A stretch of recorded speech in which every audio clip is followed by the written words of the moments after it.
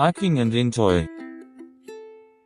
The sun was already high when Iking, a 12-year-old boy, emerged from the old, creaking gate of their small house.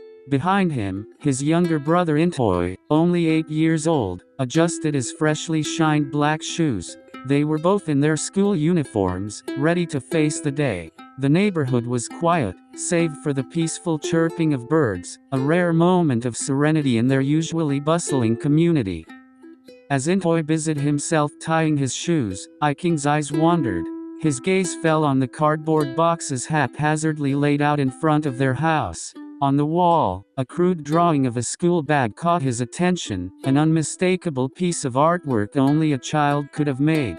But before he could ponder it further, their mother appeared at the doorway, holding his forgotten ID.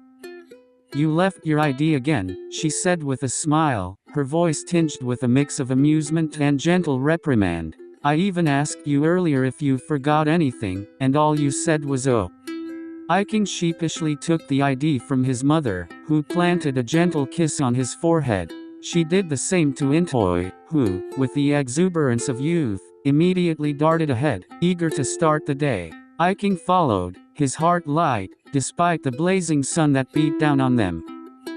The road was deserted, unusually silent, as they walked side by side. Their footsteps echoed in the stillness, and for a moment, it felt as though they were the only two people in the world. "King, I want that." Intoy's voice broke through the silence, his eyes wide with excitement. Iking followed his brother's gaze to a vendor selling fish balls by the roadside. The tantalizing aroma of grilled food filled the air. "How much is it?" Iking asked the vendor, already reaching into his pocket. 10 pesos, the vendor replied.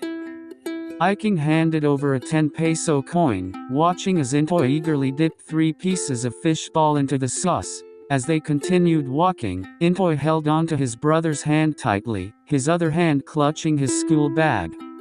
As they walked past bustling malls and shops adorned with lights and decorations, Intoy's face lit up with wonder. He often squinted at the brightness, mesmerized by the colors. Iking, noticing his brother's distraction, pulled him closer, protective as always.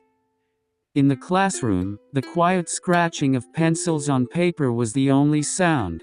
Iking, seated at his desk, focused on his new formal-themed notebook. The sentence he was writing was partially obscured, but the words "what I want is" were visible. He paused, lost in thought, before continuing to write.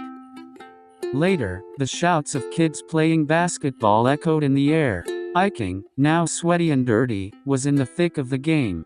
From the bleachers, Intoy watched, his small feet swinging back and forth as he played with his cell phone. His shoes, still shiny, stood out against the dusty ground. When the game ended, Intoy was called, and he descended from the bleachers to join his brother. The two began their walk home as the sun dipped lower in the sky, casting long shadows on the ground. They playfully nudged and pushed each other, laughter filling the air. But suddenly, Intoy stopped, his face serious. "Tag!" he shouted, pointing ahead before taking off in a sprint. Iking gave chase, laughing as he ran after his brother. In his haste, Intoy dropped his bag, but Iking quickly scooped it up, his legs pumping as he caught up with Intoy near their house. Breathless, they reached the gate, adorned with Christmas lights. Iking tapped his brother on the shoulder, still panting. "You're it now," he said, grinning. But Intoy, his energy spent, shook his head, signaling that he was done. Iking chuckled softly, understanding. "You don't have to play if you don't want to," he said gently. They entered the gate, passing by more drawings on the wall. This time, there were depictions of fishballs, toy cars, books, pencils, shoes, and a happy family, simple dreams captured in crayon. Inside the house, their mother greeted them with a pat on the head, her hands busy preparing dinner. "Come eat," she called, her tone affectionate but firm. "It's already late." The siblings quickly took their seats at the dining table, their playful banter resuming as they teased each other. Their mother chuckled at their antics, her heart lightened by their joy. Soon, their father arrived, and they greeted him with the traditional hand gesture, mano po, a sign of respect. As they began to eat, their father asked about their day. Laughter and conversation filled the room, a warm cocoon of family life. But amidst the chatter, Iking's gaze drifted to his younger brother, who was holding an empty noodle cup filled with coins.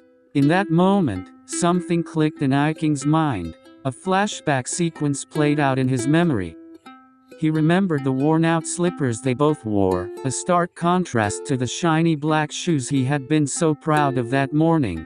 The fishbowl scene shifted, revealing the truth. They hadn't been able to afford the meal, merely passing by the vendor with longing glances.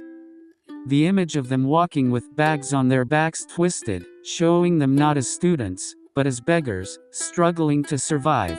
The serene image of a pond was replaced by a stark reality, Iking drawing on a piece of bond paper with a pencil, dreaming of a life they could never afford.